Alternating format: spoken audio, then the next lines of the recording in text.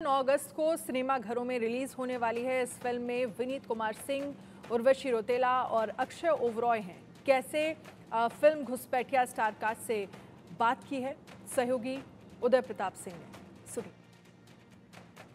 नमस्कार, मैं उदय प्रताप सिंह। आप देख रहे हैं इंडिया न्यूज और न्यूज एक्स। और आज हमारे संग जुड़ रहे हैं फिल्म घुसपैठिया की पूरी टीम। जी हाँ, ये फिल्म एक खास फिल्म है क्योंकि इंडिया न्यूज और न्यूज एक्स इस फिल्म के मीडिया पार्टनर्स हैं। हम तो बेसब्री से इस फिल्म का इंतजार कर रहे हैं। उम्मीद करते हैं कि आप भी इस फिल्म का बेसब्री से इंतजार कर रहे हैं और जरूर 9 अगस्त को देखेंगे। पहले तो बहुत बहुत स्वागत है आप तीनों का हमारे चैनल पर। धन्यवाद। इससे पहले कि फिल्म के बारे में बात करें, और शीर्षक तो बहुत ही इंटरेस्टिंग है तो उस पर मैं जाना चाहूँगा, मगर शुरुआत करते हैं क्योंकि हम बम्बई नगरिया में हैं। और अभी मैं जुहू के पृथ्वी थिएटर गया था जहाँ बहुत से बडिंग एक्टर्स थे, दिखे मिले। तो मुंबई में घुसपैठ पहली बार कैसे की, कब किया था उन्होंने? आपसे शुरू करता हूँ।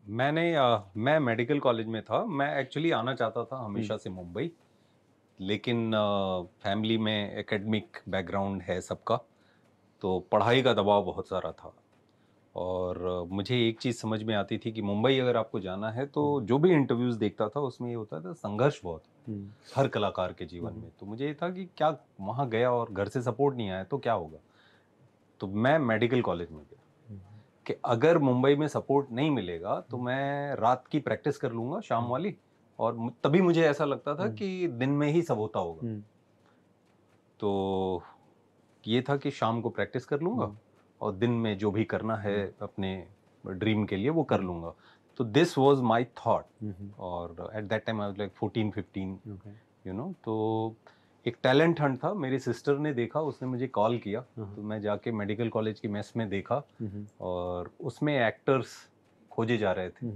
तो ऑडिशन देने के लिए मैं मेडिकल कॉलेज से मुंबई आया और वहाँ जीतने के बाद फिर सिलसिला शुरू हुआ। अरे वाह, लवली।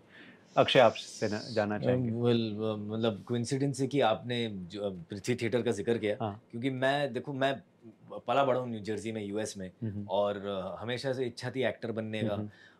बट उस वक्त जॉनी डेप और ये लियोनार्डो डिकैप्रियो, ब्रैड पिट, उनके बीच में मुझे लगा ये तो कोई चांस नहीं है कि मैं कहाँ इनके बीच। आज जाकर के थोड़ा हमारा स्किन कलर एंड इंडियंस की आवाज़ पहचान बन रही है। उस वक्त तो दूर दूर तक नहीं था कुछ। और मैं 2008 की बात कर रहा हूँ, जब मैंने यूएस छोड़ के मैं बम्बई शिफ्ट हुआ। और बचपन से तो हिंदी फिल्में ही देखा करते थे, हिंदी बात होती थी घर पे। मैं आ गया। मैंने ऋतिक रोशन की पहली फिल्म देखी थी बचपन में और मुझे लगा आंखें सेम है, मैं चलो इंडिया जाके एक्टर बनता हूँ। तो अजीब सी, मतलब the universe is very funny. तो फिर मैं आया और किसी को जानता नहीं था, तो मैं पृथ्वी थिएटर पे खड़ा रहता था। और एक दिन मकरंद देशपांडे से मैं परिचय हो गया मेरा और बातचीत होने लगी। उन्होंने कहा तुम कहाँ से आए हो, ये वो फलाना ढमका।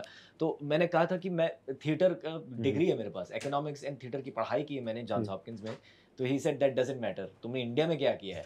तो मैंने कहा कुछ नहीं किया सर। बैक स्टेज जाओ। हालांकि मैंने कितने प्लेज ऑलरेडी, नाटक यूएस में मैं कर चुका था। बट एक पैशन होता है किसी के अंदर से, you are willing to do anything. तो मैं करता रहा बैक स्टेज, म्यूजिक करता था, उनके लिए लाइटिंग करता था। अचानक एक रात उन्होंने कहा कि जो वो रोल है ना तुम करोगे रात को, तुम्हें पता है, डायलॉग पता है सारे। और मैं झूठ बोल रहा हूँ कि हाँ हाँ मुझे पता है सर, मुझे पता है, रोल दे दो। मैं घर गया से, मतलब पढ़ा फटाफट, रट ली सारे लाइनें और खड़ा हो गया स्टेज पे। And then he took me around, we kept doing plays. और फिर पहली फिल्म मिली राजश्री की, ऑडिशन करने के बाद फिर पिज्ज़ा आए, फिर लाल रंग गुड़गांव, जो भी फिर डिजिटल चीज़ें स्टार्ट हुई। लवली। सुसी सर, मुंबई ही नहीं मगर फिल्म इंडस्ट्री में आपका घुसपैठ कैसे हुआ, बताइए। We'd like to know. Industry में घुसपैठ means what Any film industry, How did you get into it? See, I basically I'm an engineer. I did my automobile engineering. So when I was actually last internship training, I came to Mumbai. That's my first trip to Mumbai. I just got the training in Mahindra and Mahindra Jeep division at Kandivali. I never knew that I'm going to be landing in this Bollywood, other than technical field. No, just it's a very very different story altogether. When I came out from the college, I straight away joined with Maniratnam. I just know I didn't know anything about filmmaking. Just like a raw hand, I joined with them, and then from the scratch I learned. I don't know even how to clap that time. Just like you have to learn that where that range is. So in fact, the first clap was my almost like everybody's law. No, not out of the frame. Actually, after the clap, I was standing there itself. So the camera was that time film. No, the camera was running and everybody is laughing. That was my start actually. So then that guy who's the camera assistant, he was very, friendly with me, and then he took me during the lunch time. He will actually change the lenses, and then he asked me to see, okay, there is a 50 lens where it covers, 100 where it covers. Just you before go to the clap, just you ask me what range. Then you assume that you are away or inside. Then that is how my learning started. Amazing. Yeah, good story. Amazing. Under Mani Ratnam. Wow. Yeah. क्या सीखा आपने? What all did you learn from him? What See, actually, basically, that was like going to film school, I'm sure. Yeah, exactly. In fact, when I first I met him, he said because he never worked assistant anybody, he never assisted. On his own, he became a director. Then you finish your engineering and Anna University. Where are wasting time? Just get ready with the script, go approach the producer, do it. And I told him, no, sir, you are my university. I want to study and then go like that. So he is not believing actually. He said whether you are really interested in the film. Then he asked me, okay, you do one thing. You write some note about 3 films. Okay, or you write a script. So big confusion for me that whether I should write a film. Then my question is whether I should take his film or somebody's film. If I don't take his film, he may feel that, or if I take that film and I write something, against that film, it will not. So better option, go with the script, new script. So I wrote a new script. That is a script produced by him after I became a director. Yeah. Amazing. That became your first directorial. Amazing. What a story. Yeah. तो आपके लिए मकरान देशपांडे पहले गुरु थे, Mani Ratnam sir सुसी sir के थे. आपके विनीत भाई कौन शुरुआत में फिल्म इंडस्ट्री में गुरु रहे हैं? पहले मैं आया तो महेश जी से मुलाकात हुई. वो टैलेंट हंट में फाइनल राउंड जीता और मैं किसी को नहीं जानता था इस शहर में. फिर वो नहीं महेश मांजरेकर. तो ये ऐसा तभी होता है जब आप किसी के साथ बहुत ज्यादा जुड़ जाते हो तो वो सरनेम मतलब डिसअपीयर हो जाता है बिकॉज आप ध्यान ही नहीं देते उसके अलावा कुछ और उस नाम के साथ और समझ नहीं आता. एनीवे तो महेश मांजरेकर सर से हुई मुलाकात और फिर एक फिल्म मैंने की, वो चली नहीं, पिता. और आई वाज लाइक मुझे कुछ नहीं पता था ये शहर का कि ईस्ट और वेस्ट क्यों होता है, मुझे नहीं पता था. और ऐसे मैंने पहली फिल्म मेडिकल कॉलेज से आता था और शेड्यूल करता था, फिर भाग के जाता था. जब फिल्म नहीं चली देन फिर बहुत कुछ सीखना पड़ा और शायद उसकी वजह से इस शहर को मैं ठीक से समझने की शुरुआत हुई. जो भी लोग थे वो सब डिसअपीयर हो गए. बहुत कम लोग ऐसे थे जो एंटरटेन कर रहे थे. तो महेश जी ने एक दिन ये बोला कि विनीत तुम सोचते अच्छा हो, लिखते अच्छा हो, और जब तक कुछ नहीं होता असिस्ट करो, बाकी मैं हूँ. तो मुझे ये था कि ठीक है, यहाँ ही कम से कम हर सेट पे 100 लोग से ज्यादा तो होते हैं, तो इनमें ही कुछ लोगों से पहचान होगी और मैं जान पाऊंगा. बिकॉज किसी भी ऑफिस में मैं किसी को नहीं जानता था. कोई असिस्टेंट या प्रोडक्शन का कोई था, जिस मेरा सीनियर जूनियर या बैचमेट जो भी थे या तो खिलाड़ी हैं या फिर वो डॉक्टर्स थे. फिल्म में कोई नहीं था. तो ये ठीक है मेरे लिए. और फिर ऐसे शुरू हुआ तो 1 फिल्म 2 फिल्म करते करते मैंने 7 फिल्में कर डाली डायरेक्शन में. One fine day he told me कि विनीत अगली फिल्म तू डायरेक्ट करेगा. मैं बोला सर मुझे एक्टर बनना है, I am waiting for the break, you no.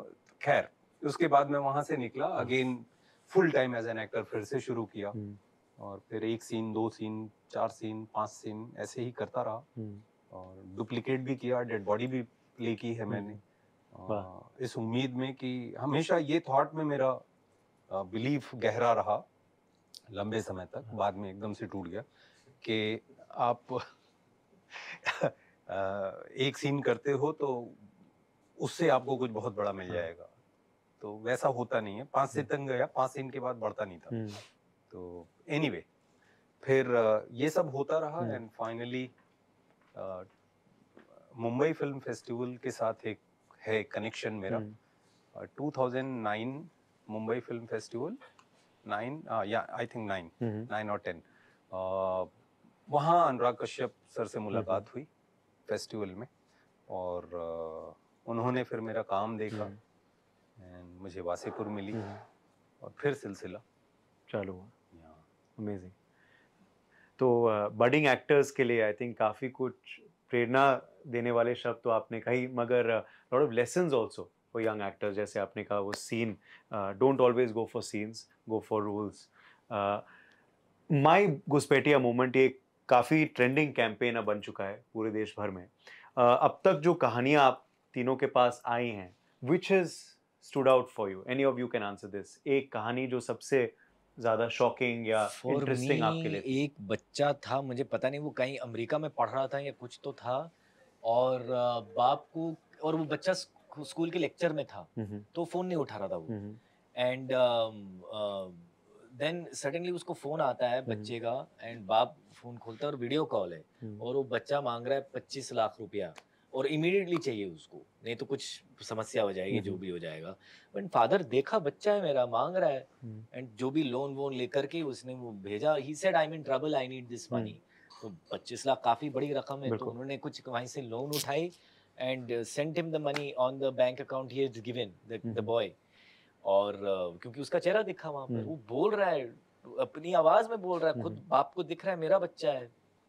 Turned out to be a fake account, turned out to be a deep fake AI को इस्तेमाल किया हुआ स्कैम, एंड दैट पोर गाय यार, अभी पता नहीं वो लोन कैसे वापस पैसा भरेगा, पता नहीं, but it's very scary. It is. आप मुंबई साइबर क्राइम सेल भी गए थे, क्या वहाँ भी आपको चौंकाने वाली चीजें पता चली? वहाँ तो मतलब हम लोगों के मतलब तोते उड़ गए जिसको बोलते हैं ना, ऐसी ऐसी चीजें पता चली कि पासवर्ड कैसे बनाना चाहिए। ही सेड अगर आप, ये सबके लिए है कि अगर आप फॉर एग्जांपल कोई वर्ड यूज करते हैं जो गूगल पे है, ओके, फॉर एग्जांपल कुछ भी बोलिए, कोई, हाँ, सिंपल पर्पल, सपोज अगर आपने ये रखा है, तो पर्पल और सिंपल का कोई ऐसा कॉम्बिनेशन तो है नहीं, बट आपने सोचा कि ये कुछ अच्छा सा है, they can crack in a second. अब सिंपल पर्पल के साथ अगर आपने 1 लगा दिया, they will crack in 10 seconds, you know. और ऐसे ही उन्होंने 2-3 चीजें बताई कि they can crack in simple dart और समथिंग, नो? हाँ, आपने अगर 3-4 चीजें अगर आपने ऐड की, that will take 1 year. So be very careful, introspect करिए, what is your password, use alphabets, numbers, hashtag, symbols, dots, kind of, and ऐसे शब्द, ऐसा पासवर्ड बनाइए जो गूगल में ना हो।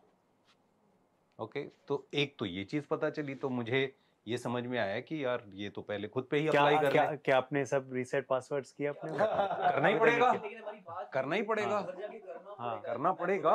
हाँ, मतलब हम इतनी बातें कर रहे हैं और खुद पे ही अप्लाई नहीं करें, है ना, तो फिर क्या मुंह दिखाएंगे? सही बात। ठीक, तो एक वो, फिर उन्होंने बताया कि आप गेस करो ये स्कैम्स और ये सारी चीजें, इसका in terms of currency, money, world wide कितने का स्कैम होगा, ये सब जो होता है, आप गेस करो कितना बड़ा धंधा होगा, कितना बड़ा ये धंधा होगा दुनिया में। कई हजार करोड़, हाँ, $6 ट्रिलियन। मतलब इंडिया का जीडीपी से डबल से बढ़कर है वो।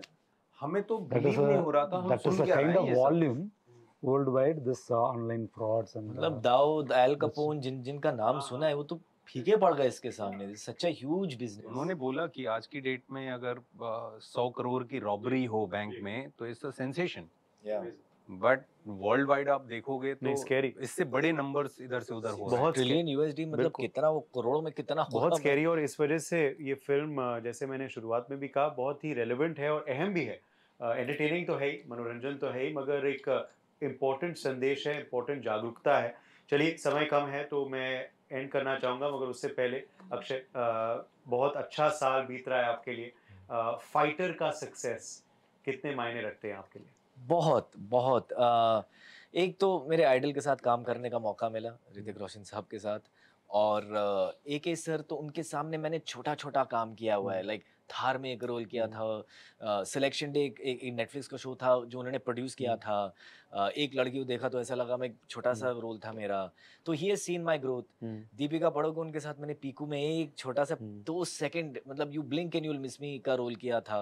तो the whole thing is full circle. Siddharth Anand, Mamta Anand ने फ्लैश प्रोड्यूस किया था, तो the whole thing was like this full circle. तो एक तो अनुभव, एक्सपीरियंस फिल्म शूट करने के दौरान बहुत बढ़िया। सेकेंडली, इतना खूबसूरत रोल एक ऋतिक रोशन की फिल्म में मिलना बहुत मुश्किल होता है, और वो मिला है मुझे, वो जगह मिली मुझे परफॉर्म करने के लिए। So everything about that film was magic यार, अमेजिंग, एब्सोल्यूट मैजिक। मुक्काबाज 2 जल्द या टाइम लगेगा? कोशिश जारी है। चलिए, उम्मीद करते हैं वो कोशिश बहुत जल्द असलियत में तब्दील हो। मगर फिलहाल आप तीनों आ रहे हैं घुसपैठ करने आपके दिलों पर, तो ज़रूर उनको भी ढेर सारा प्यार दीजिए, और आप भी घुसपैठ करिए अपने नज़दीकी सिनेमा घरों में। बहुत बहुत शुक्रिया आप तीनों का फॉर जॉइनिंग अस। धन्यवाद उदय, धन्यवाद।